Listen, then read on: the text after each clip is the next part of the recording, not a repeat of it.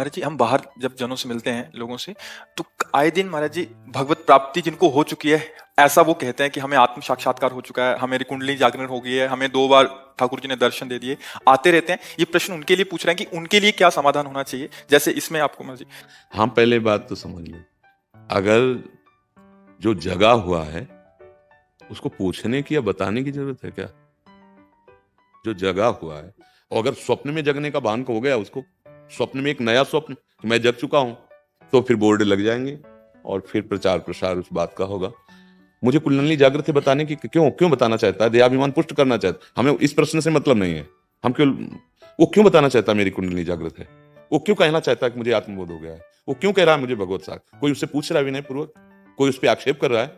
ये अहंकार की दशा होती है, और अहंकार का लय हुए बिना कुछ नहीं होता। ये सब नाटक होता है, माया का नाटक होता है। सत्य जो मार्ग है अभी उस पर कदम नहीं। जी ब्रह्मरंध्र द्वार खुल गया था, छत पे टहल रहे थे। ब्रह्मरंध्र द्वार खुलते हुए तो मोक्ष को प्राप्त हो जाएगा, शरीर छूट जाएगा। ब्रह्मरंध्र खुल गया, तुम जीवित बैठे हो, प्राण तो ब्रह्मरंध्र खुलते निकल जाएंगे ना, लय हो गया, अब क्या बचा? वो बोल रहा है कि मेरे ब्रह्मरंध्र खुल गए, कुंडली जागृत। अरे कुंडली आप खेल तमाशा समझते हो क्या? हमें एक हम गंगा के बहुत भ्रमण भी किए ना गंगा किनारे, तो एक जगह मिले तो कई लोग लिवा के उनको आए, नई अवस्था थी, वो आते ही ऐसे ऐसे खोपड़ी की एकदम ऐसे ऐसे ऐसे ऐसे ऐसे ऐसे, वो जैसे प्रेत आ जाते ना, तो शांत बैठे थे। तो इसके बाद जब उन्होंने कहा कि आप डरे तो नहीं हो, उन्होंने कहा, तो हम चुप रहे। फिर भी बोले हमें कुंडलनी जागृत हुई है तो ये हमारे हो रहा है। महाराज हम भूतेश्वर के चेला है, हमको तुम्हारी खोपड़ी हिला ले थोड़ी डर है। स्मशान में सोते हैं, स्मशान में ही तो, गंगा किनारे स्मशान में ही तो सोते हैं, कुत्ते नोच नोच के खा रहे हैं लाश और वही मस्त पड़े, हमें कोई भय थोड़ी है। अरे महादेव के चेला कोई होता है। तो ये सब ड्रामेबाजी नहीं। 8 घंटे 10 घंटे पद्मासन में बैठा जाता है और अखंड ब्रह्मचर्य, तब कुंडलनी का मुख ऊपर की तरफ होता है, जैसे होता है वो गुप्त और शांत एकदम होता चला जाता है। ये भागवतिक मार्ग है। जैसे जैसे आत्म होता है तो किससे हम वर्णन करेंगे? हाँ, कोई जिज्ञासु आर्त प्रणति होकर के जब कोई प्रश्न करता है तो अंदर प्रेरणा होती तो बोलना शुरू कर देता है। अहम शून्य कोई भी मार्ग में, अंतःकरण में जो अहम धर्म है उसका जब लय हो जाता है तब वस्तु मिलती है। जब वस्तु मिलती है तब वो किसके लिए कहे, और जब तक वस्तु नहीं मिलती तो लगता है ना थोड़ा, वो अहम की सारी दशा होती है। कोई भी हो, जब तक अहम गलित नहीं होता है तब तक परमार्थ में प्रवेश नहीं होता है।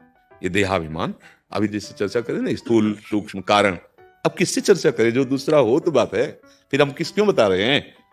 कोई जिज्ञासु है क्या बैठा है जो चरणों में प्रणति हो करके, और जैसे बाबा से पूछा पूज्यपाद सिउड़िया बाबा जी से कि अहो भाग्य अखंडानंद स्वामी जी ने कि प्रभु मैं आपको जान गया। स्वामी जी ने नई अवस्था थी, स्वामी जी के उस समय संन्यास लिया, तो श्रीमद भागवत चर्चा करते थे स्वामी श्री अखंडानंद सरस्वती जी महाराज। तो बाबा ने कहा जान गया? बोले जी कौन? बोले बाबा आप साक्षात ब्रह्म हो। तो तुम पार्थिव दृष्टि से ब्रह्म को देख सकते हो? पार्थिव दृष्टि से तुम ब्रह्म को, ब्रह्म दूसरी वस्तु, द्वैत वस्तु है क्या कि तुम दृश्य की तरह उसे देख सकते हो? गलत एकदम। तो बाबा आप एक जीवन मुक्त महापुरुष हो। तो जीवन मुक्त महापुरुष तो अनुभव में आता है, ये अनुभव स्वयं को होता है।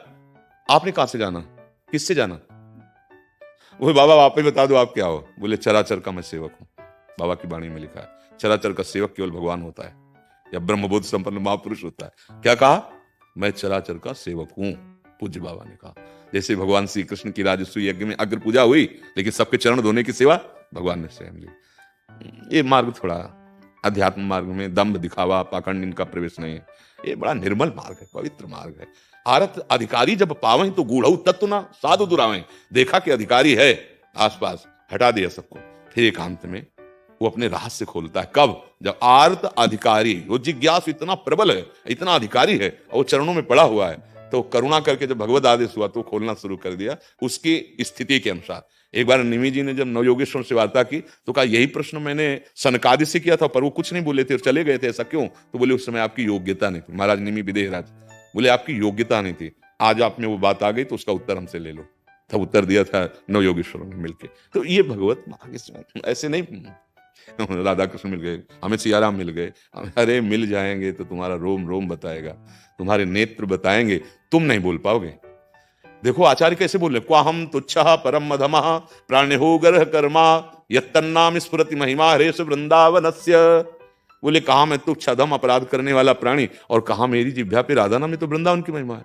विभीषण जी से मिल रहे हैं और विभीषण जी कह रहे हैं हनुमान जी को, या तो आप साक्षात हरि हैं और या फिर हरिदासों में सर्वश्रेष्ठ कोई है, क्योंकि मोरे हृदय प्रीति अति हुई कि तुम राम दीन अनुरागी आयो मोहि करण बढ़ा, कि तुम हरिदासन मां कोई मोरे हृदय प्रीति अति हुई। पक्का दो में आप एक, या तो स्वयं हरि हो और या हरि के प्रेम में डूबे हुए कोई सर्वश्रेष्ठ हरिदास हो।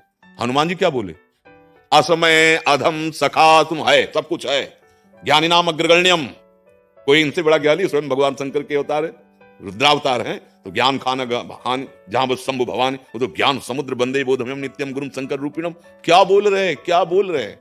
जब राम जी से मिले तो क्या बोल रहे हैं, एक में मूढ़ मति, अपने को मूढ़ मति कह रहे, ज्ञानी नाम अग्रगण्यम, कुटिल हृदय अज्ञान, ज्ञानी नाम अग्रगण्यम कह रहे, कुटिल हृदय अज्ञान, पुनि प्रभु मोहि बिसारे दीन बंधु भगवान। ये स्थिति प्रज्ञ महापुरुष, ये ज्ञान शिरोमणि, ये भगवत साक्षात्कार की हुई महापुरुष की वाणी कह रहे हैं, असमय अधम सखा सुनो मोह पर रखने, मुझ जैसे ऐसे अधम कि प्रात ले जो नाम हमारा, तेह दिन ताहि न मिले आहारा, असमय अधम सखा।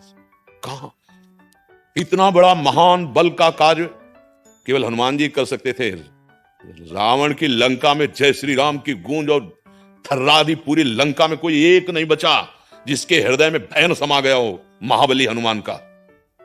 माता जानकी से कहा कि मैं अभी रावण सहित समस्त इनके महारथियों को बंदी बनाकर आपको पीठ में बैठा अभी मिला देता रघुनाथ जी से, पर प्रभु ने आदेश नहीं किया। मां बस कुछ क्षण आप रुकिए, स्वयं प्रभु आएंगे और उनकी विजय गाथा लोक पावन करेगी। हनुमान जी जब अपार बलशाली भगवान महादेव जी तो है, लेकिन वो कैसे सोचिए, जब राम जी के समीप आते हैं और राम जी उनको हाथ पकड़कर अपने समीप बैठाना चाहते हैं, क्योंकि राम काज करके आ रहे, तो ऐसे कर गही निकट बैठा, ऐसे तो सकिल के चरणों में बैठ जाते। कहते हनुमान, रावण के द्वारा सुरक्षित लंका में प्रवेश पाना, समुद्र लांग जाना, वहां जाकर आग लगा देना और बड़े बड़े निशाचरों का वध।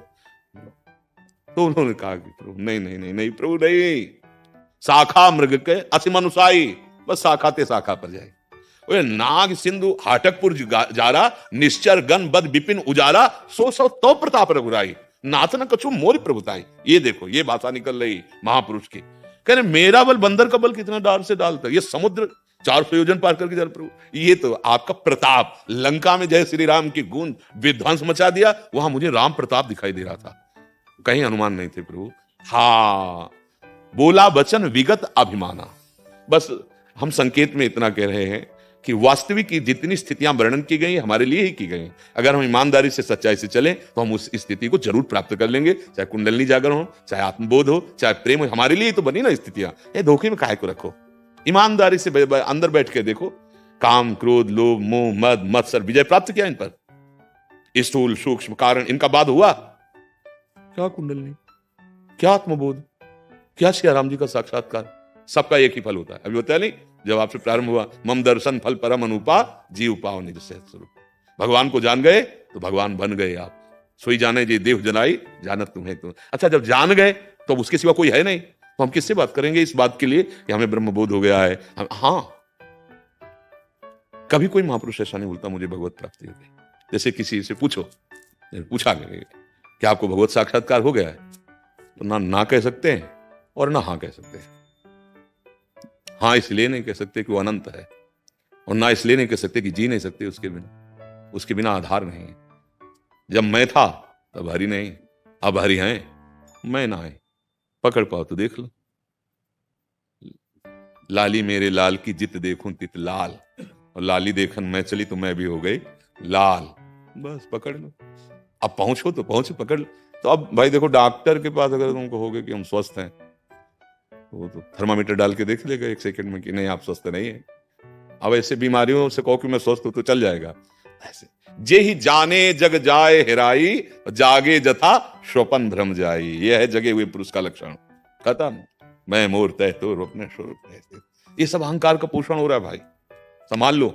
रोग बढ़ रहा है, मिटने की जगह रोग बढ़ रहा है, संभाल लो। सबका एक फल है, सच्चिदानंद तत्व में स्थित हो जाना, सबका, चाहे भक्ति, चाहे ज्ञान, चाहे वैराग, चाहे, और ये सारी स्थितियां अपने लिए हैं।